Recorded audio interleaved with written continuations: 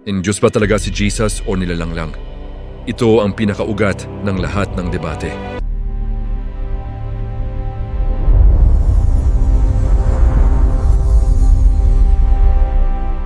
Isang tanong lang, hindi ito tanong ng pilosopo. Hindi rin ito tanong ng historian. At lalong hindi ito tanong ng modernong simbahan. Ito ay tanong ng mga unang Kristiyano. Mga taong walang Bible na hawak, walang creed na binabasa, walang salitang Trinity sa bokabularyo. Isang tanong na paulit-ulit nilang binubulong, pinagtatalunan, pinag-aawayan at minsan ikinamatay. Sino ba talaga si Jesus? Hindi ito simpleng tanong kung mabait ba siya. Hindi rin kung magaling ba siyang guro. Ang tanong ay mas mabigat, mas delikado, mas nakakatakot sagutin. Diyos ba talaga siya? O tao lang? O may ibang uri ng nilalang sa pagitan? Kung modernong Kristiyano ka, parang malinaw ang sagot. Pero kung babalik tayo sa unang 3 siglo ng simbahan, ang sagot ay hindi malinaw at hindi lang medyo magulo. Talagang walang kasunduan, isipin mo ito. Nasa unang siglo ka. Wala pang New Testament na nakakompile. Wala pang opisyal na simbahan. Wala pang denominasyon. At wala pang doktrina na pwedeng sabihing yung ganito talaga ang paniniwala. Ang meron lang ay mga kwento, mga sulat, mga alaala ng mga taong nakakita kay Jesus o sa mga taong nakakilala sa mga nakakita sa Kanya. At sa gitna ng lahat ng iyon, may isang nakakagulong realidad. May mga Kristiyano na sinasamba si Jesus. At may mga Kristiyano na ayaw. May mga tumatawag sa Kanya na Panginoon. May mga tumatawag sa Kanya na propeta. May mga naniniwalang Diyos siya at may mga naniniwalang masama iyon dahil para sa kanila, iisa lang ang Diyos at ang pagsamba sa tao ay idolatria. Kaya ang tanong ay hindi lang sino si Jesus. Ang tanong ay kung sinasamba mo siya, nagkakasala ka ba? O kung hindi mo siya sinasamba, mali ka ba sa Diyos? Ito ang klase ng tanong na hindi pwedeng iwasan. At dito, nagsisimula ang problema. Ang mga unang Kristiyano ay Hudyo. At sa Hudaismo, malinaw ang paniniwala. Iisa ang Diyos at walang katulad, walang hati, walang kasama, walang ka-share ng kaluwalhatian. Kaya, nang may mga Kristiyanong nagsimulang magsabi na si Jesus ay Diyos, parang sumabog ang isang espiritual na bomba. Paano magiging Diyos ang isang taong ipinanganak? Paano magiging walang hangganang namatay? At paano magiging iisa ang Diyos kung may dalawa na? Pero sa kabilang banda, may problema rin kung sasabihin mong tao lang si Jesus. Kung tao lang siya, bakit siya sinamba ng mga alagad? Bakit siya tinawag na Panginoon? At bakit siya inilagay sa parehong antas ng Ama sa panalangin, sa bautismo at sa pagsamba? Kaya kahit anong sagot ang piliin mo, may nasisira. At dito nagiging seryoso ang debate. Kaya sa loob ng unang 300 taon, ang simbahan ay parang isang malaking classroom na walang teacher, walang answer key, at walang exam na pwedeng sabihing tama ka o mali ka. Ang bawat grupo, bawat lungsod, bawat bishop may sariling paliwanag. At lahat sila may Bible verses na hawak, may logic na pinapakita, at may paniniwalang sila ang tama. Hindi ito simpleng misunderstanding. Ito ay intellectual, spiritual, at existential war. Dahil kung mali ang sagot mo sa tanong na ito, mali ang Diyos mo. At kung mali ang Diyos mo, mali ang kaligtasan mo. At ang mas nakakatakot, walang nagsabi kung sino ang dapat magdesisyon. Wala pang council. Wala pang emperor na manghihimasok. Wala pang creed na magsasabi ng ito ang official belief. Ang meron lang ay mga debate sa bahay, sa simbahan, sa lansangan, at minsan sa kulungan. At oo, may mga namatay dahil sa sagot nila. Hindi dahil pinatay sila ng paganong Romano, kundi dahil tinuring silang heretic ng kapwa Kristiyano. Kaya kapag naririnig natin ngayon ang tanong na, Diyos ba talaga si Jesus? Hindi ito abstract theology.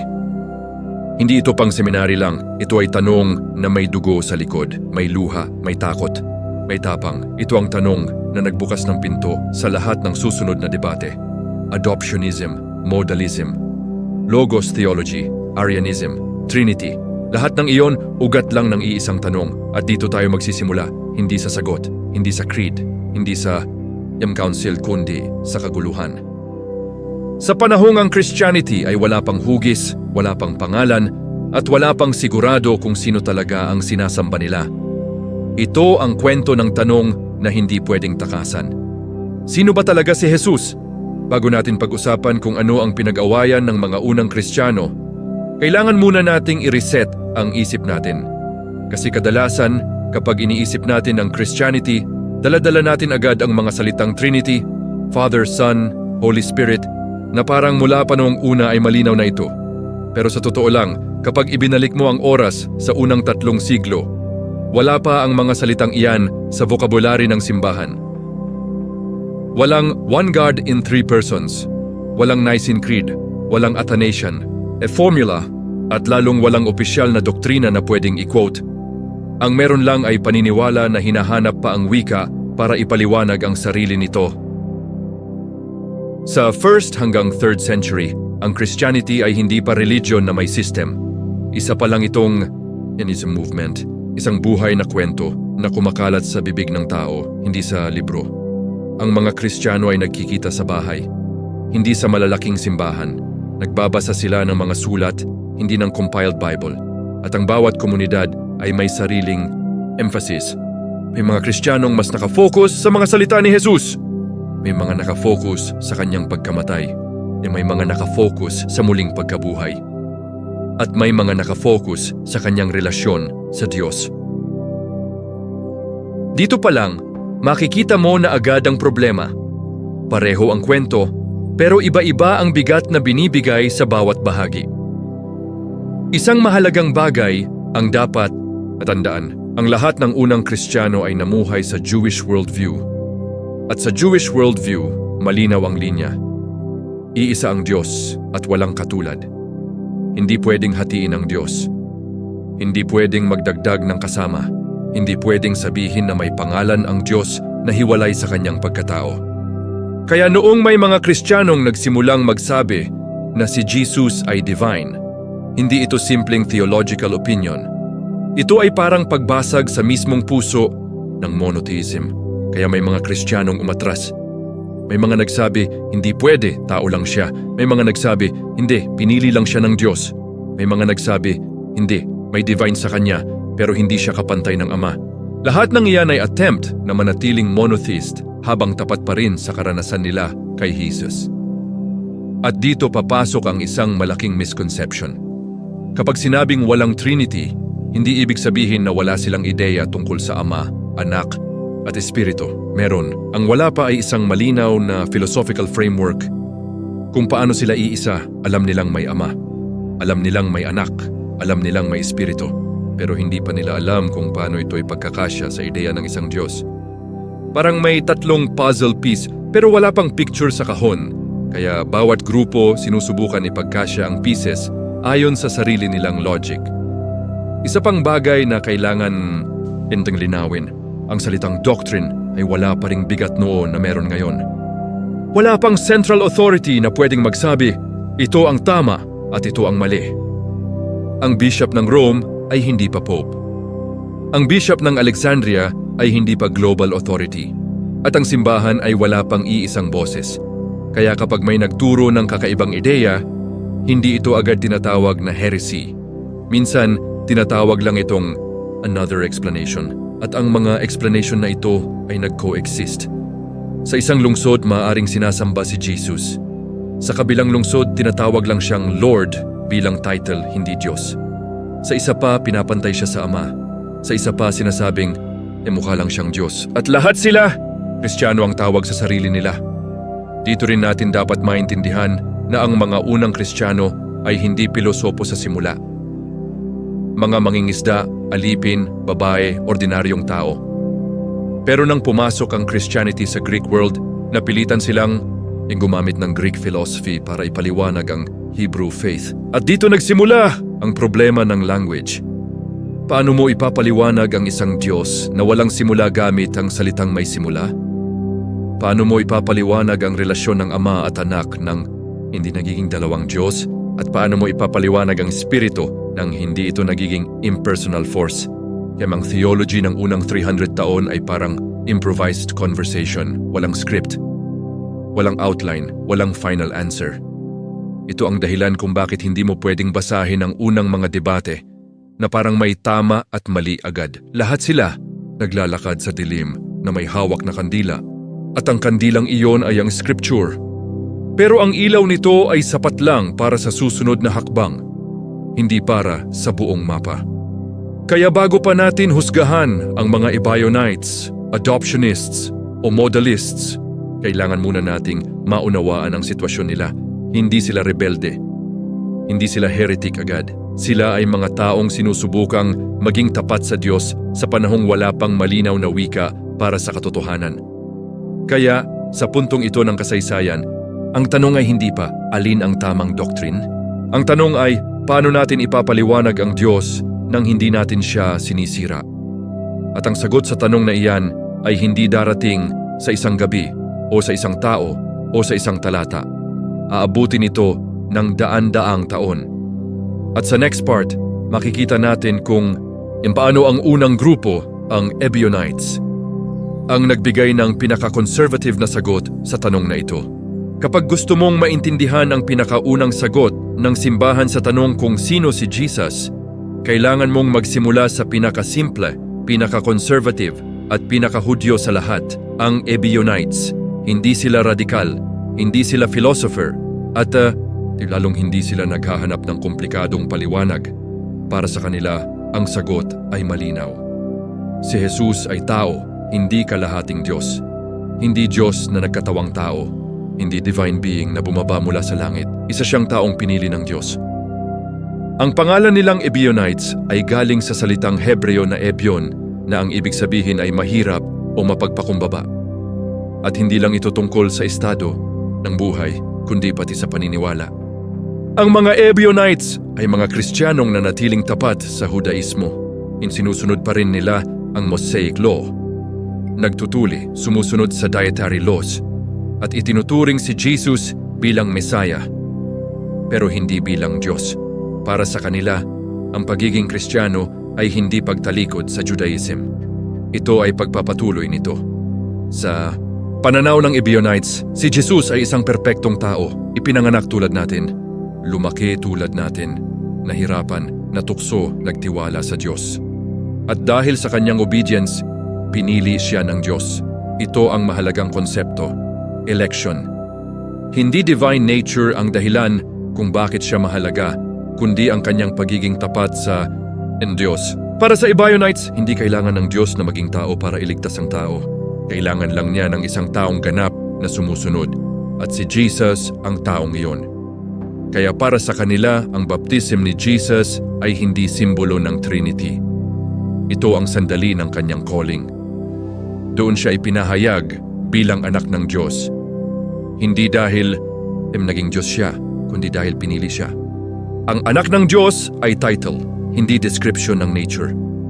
At dito mahalagang intindihin, sa Jewish context, ang anak ng Diyos ay pwedeng tawagin sa hari sa Israel o sa isang taong may espesyal na mission. Hindi ito automatic na divine claim. Ngayon, mapapansin mo ang isang bagay. Napakalinis ng logic ng Ebionites. Walang paradox, walang mystery, walang philosophical gymnastics, isang Diyos, isang taong Messiah, isang malinaw na hierarchy. At para sa kanila, ito ang pinaka-safe na paniniwala. Bakit? Dahil walang nilalabag na monotheism. Walang risk ng idolatry, walang dalawang Diyos problem. Kung ikaw ay Hudyo na naniniwala kay Jesus, ito ang pinaka-natural na sagot. Pero dito rin lumilitaw ang problema. Kung tao lang si Jesus, bakit siya sinasamba ng mga unang Kristiyano? Bakit may mga panalangin na nakatuon sa Kanya? Bakit siya tinatawag na Panginoon sa parehong paraan na tinatawag ang Diyos at higit sa lahat? Kung tao lang siya, paano naging sapat ang kanyang kamatayan para sa kaligtasan ng lahat? Sa Ebionite logic, si Jesus ay example, hindi savior sa divine sense. Siya ay model ng obedience, hindi source ng eternal life. At dito, nagsimulang humiwalay ang ibang Kristiyano. May isa pang mahalagang bagay. Hindi tinanggap ng Ebionites ang lahat ng gospel. Kadalasan Matthew lang ang ginagamit nila at tinatanggihan nila ang Gospel of John. Bakit? Dahil si John ang pinakamalinaw na nagsasabing divine si Jesus, ang salita ay Diyos. I at the Father are one. Para sa Ebionites, ito ay sobrang delikadong wika. Kaya pinili nilang iwasan ito at dito mo makikita. Ang debate ay hindi lang tungkol sa interpretation. Ito ay tungkol sa kung aling text ang pagbabasehan. Kaya sa unang bahagi ng kasaysayan ng simbahan, ang Ebionites ang kumakatawan sa panig na nagsasabing, kung lalagpas tayo sa pagiging tao ni Jesus, masisira ang ating pagka-monotheist.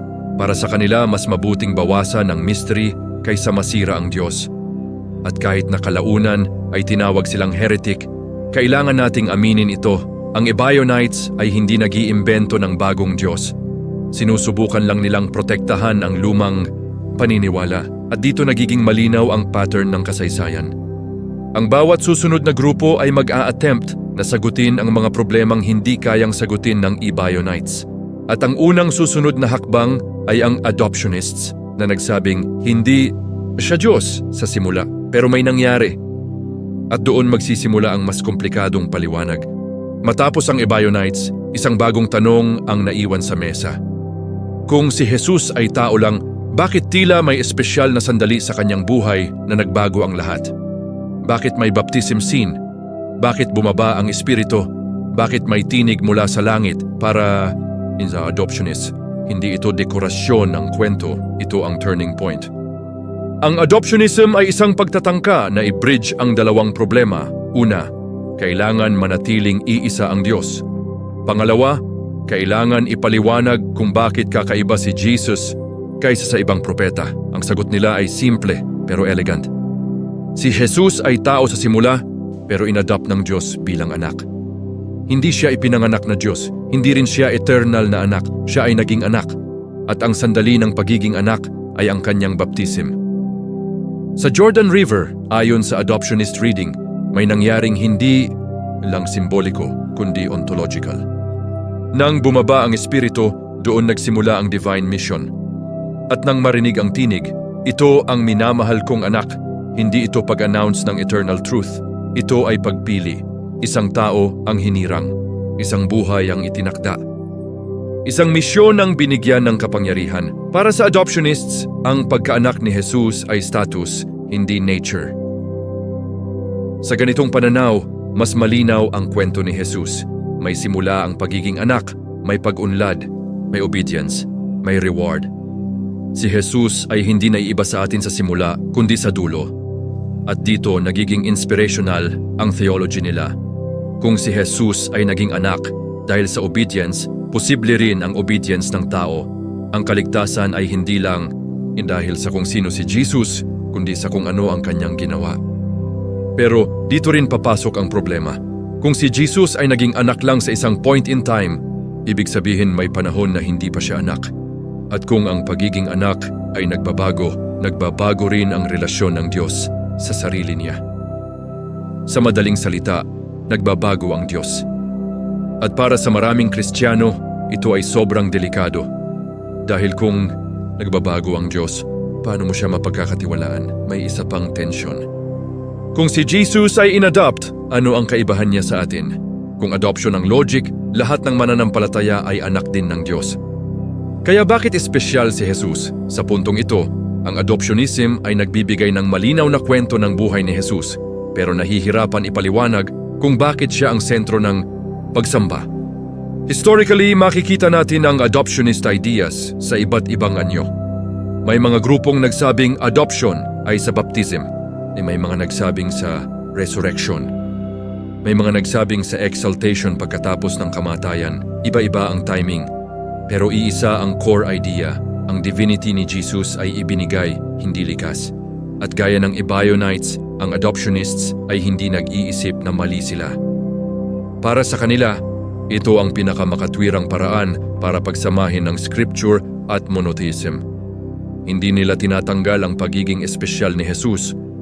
Hindi rin nila sinisira ang iisang Diyos. Ang problema lang, habang mas malinaw ang kwento, mas nagiging komplikado ang theology. Dito napapasok ang susunod na hakbang ng kasaysayan, May mga Kristiyanong magsasabing hindi sapat na naging anak lang siya. Kung galing sa Diyos ang kaligtasan, dapat galing din sa Diyos si Jesus. At doon papasok ang Logos Theology, ang unang seryosong attempt na sabihin, divine si Jesus. Pero hindi kapantay ng Ama. Yamabudutong ito ng kasaysayan, malinaw na ang isang bagay. Hindi na sapat ang sabihing tao lang si Jesus at hindi rin sapat ang sabihing naging anak lang siya. Habang lumalawak ang Christianity sa Greek-speaking world, lumalalim din ang tanong kung si Jesus ang nagdadala ng kaligtasan. Kung sa Kanya nakikita ang Diyos at kung sa Kanya sumasamba ang simbahan, hindi ba't kailangan niyang maging divine? Pero paano mo sasabihin iyon nang hindi sinisira ang monotheism? Andito papasok ang Logos Theology, ang unang seryosong pagtatangka na ipaliwanag si Jesus gamit ang wika ng pilosopiya. Ang salitang Logos ay hindi Christian invention. Ito ay Greek term na ang ibig sabihin ay reason, word, principle, ordering logic of the universe. Para sa mga Greek philosopher, ang Logos ang nag-uugnay sa Diyos at sa mundo. Kaya nang mabasa ng mga Kristiyanong intelektual ang opening ng Gospel of John, "In the beginning was the Logos," yung parang may nag-click, ito ang tulay. Isa sa pinakamaimpluwensyang nag-develop nito ay si Justin Martyr. Para kay Justin, ang Diyos Ama ay eternal, invisible, transcendent. Pero ang Logos, ang salita ng Diyos, ay lumabas mula sa Ama upang lumikha, magpahayag at magligtas. Kaya si Jesus ay ang Logos na nagkatawang tao, divine siya, dahil galing siya sa Diyos. Pero subordinate siya dahil galing siya sa Diyos. Ito ang mahalagang distinction. Sa Logos Theology, hindi pantay ang Ama at Anak, pero hindi rin hiwalay. Parang apoy na nagsisindi ng isa pang apoy, pareho ang kalikasan, pero ang isa ay pinanggalingan. Ang isa ay bunga. Kaya pwedeng sabihing divine si Jesus nang hindi sinasabing dalawang Diyos. At sa panahong iyon, ito ang pinaka-sophisticated na sagot sa problema. Pero may kapalit ang elegance na ito. Kung subordinate ang Logos, ibig sabihin, mas mababa siya. At kung mas mababa, hindi siya fully Diyos. At kung hindi siya fully Diyos, anong klaseng kaligtasan ang dala niya? Kaya kahit na ang Logos Theology ang nagbukas ng pinto sa High Christology, nag-iwan pa rin ito ng malaking tanong, isa pang komplikasyon. Sa Logos Theology, ang anak ay maaaring may simula. Hindi siya eternal tulad ng Ama, kundi lumabas mula sa Ama sa isang point at dito nagsimulang magtanim ang ideya na may panahon na wala pa ang anak. Hindi pa ito sinasabi ng direkta pero nandyan na ang logic. At ang logic na iyan ay sasabog sa susunod na siglo sa katauhan ni Arius. Ngunit bago pa man iyon, mahalagang tandaan ito. Ang Logos Theology ay hindi heretical noong una. Ito ay mainstream. Ito ay respected. Ito ay tinuro ng mga Church Fathers at sa loob ng mahigit isang siglo, ito ang dominant explanation ng simbahan. Hindi pa tapos ang kwento. Habang ang Logos Theology ay nag-aangat kay Jesus bilang divine, may mga ibang Kristiyanong nag-aalala sa kabilang direksyon. Para sa kanila, masyado nang parang dalawa ang Diyos, kaya may lalabas na isang grupo na sasabihing, hindi sila dalawa, isa lang ang Diyos, nag-iiba lang ng anyo, at doon papasok ang modalism. Habang ang Logos Theology ay sinusubukang ipaliwanag kung paano maaaring maging divine si Jesus, nang hindi nagiging dalawang Diyos, may ibang Kristiyanong nag-aalala sa kabaligtaran. Para sa kanila, ang problema ay hindi kung masyadong mababa yan si Jesus, kundi kung masyadong marami na ang Diyos. Sa kanilang pandinig, ang wika ng Ama at Anak ay parang unti-unting nagiging dalawa ang Diyos. At para sa isang komunidad na galing sa Jewish monotheism, ito ay hindi simpleng theological nuance, ito ay peligro. Kaya may isang sagot na lumitaw na napakalinis, ay napakadiretso at napakaradikal sa pagiging simple. Ang sagot na iyon ay ang modalism, o sa ibang pangalan, Sabellianism. Ang core idea ng modalism ay ito, iisa lang ang Diyos, hindi tatlo, hindi dalawa. Isa lang, ang Ama, Anak at Espiritu ay hindi magkakaibang persona, kundi iba't ibang paraan ng pagpapakita ng iisang Diyos. Parang isang tao na may tatlong role, minsan ama sa bahay, minsan guro sa eskwela. minsan kaibigan sa labas, iba ang mode, pero iisa ang pagkatao. Sa ganitong paliwanag, walang hierarchy, walang subordinate, walang second divine being, walang panganib na maging dalawa ang Diyos dahil iisa lang siya simula hanggang wakas. At para sa maraming Kristiyano noon, ito ang pinaka-safe na theology, malinis, simple, walang contradiction. Kapag binasa mo ang Bible sa ganitong lente, parang umaayos ang lahat. Ang Ama na lumilikha, iyon ang Diyos sa creation mode. Ang Anak na nagkatawang tao, iyon ang Diyos sa redemption mode. Ang Espiritu na kumikilos sa simbahan, iyon ang Diyos sa presence mode. Hindi sila sabay-sabay. Sunod-sunod sila, isang Diyos, iba-ibang eksena. Pero habang simple sa simula, may lalabas na mga tanong na hindi madaling sagutin. Kung iisa lang ang persona, sino ang kausap ni Jesus sa panalangin? Kung ang Anak ay mode lang, sino ang nagpadala sa Kanya? At sa pinakasensitibong tanong, kung ang Diyos ang Anak sa krus, namatay ba ang Ama? Ito ang dahilan kung bakit ang mga kritiko ng modalism ay tinawag ito minsan na patripasyanism, ang ideya na ang Ama ang naghirap at namatay. At para sa maraming Kristiyano, ito ay hindi katanggap-tanggap. May isa pang mas malalim na problema. Kung ang Ama, Anak at Espiritu ay mga mode lang, ibig sabihin wala talagang relasyon sa loob ng Diyos. Walang pag-ibig sa pagitan ng Ama at Anak kasi iisang persona lang at hindi ito nagsimulang magtanong ang mga teologong mas malalim mag-isip. Paano magiging pag-ibig ang Diyos kung mag-isa lang siya sa loob ng sarili niya? Kaya habang ang modalism ay nagpoprotekta sa monotheism, nasa sakripisyo naman nito ang relational language ng Bible. At dito muling bumalik ang tensyon. Kung masyadong simple, may nawawala. Kung masyadong complex, may nasisira. At sa puntong ito, ng kasaysayan, wala pa ring panalo. Ang mahalagang maintindihan ay ito. Ang modalists ay hindi nagtatangka na baguhin ang Diyos. Sinusubukan lang nilang iligtas ang unity ng Diyos sa panahong tila nadudurog ito sa sobrang paliwanag. Para sa kanila, mas mabuting iisang Diyos na malinaw kaysa tatlong persona na magulo. At dito na natin makikita ang buong larawan ng pre-Nicene period. May mga nagsabing tao lang si Jesus. May mga nagsabing naging anak lang siya. May mga nagsabing divine siya pero subordinate. May mga nagsabing iisa lang ang Diyos na nag-iiba lang in a mode. Lahat ng ito ay honest attempts na sagutin ang parehong tanong. Walang masama ang intensyon. Walang gustong magkamali. Pero wala pa ring sagot na kayang hawakan ng lahat. At dahil dito, ang debate ay hindi humupa, lalo itong lumala. Sa susunod na yugto, may lalabas na isang pangalan na magpapasabog ng buong simbahan. Isang presbyter mula Alexandria. Arius. At ang kanyang tanong ay simple pero mapanganib. Kung ang anak ay galing sa Ama, hindi ba't ibig sabihin nito may panahon na wala pa siya? At sa tanong na iyon, mapipilitan na ang simbahan na magdesisyon. Kung babalikan natin ang lahat ng posisyon na nadaanan, mapapansin natin ang isang bagay na napakahalaga. Walang grupo ang nagsimula sa maling intensyon. Walang gustong sirain ang pananampalataya.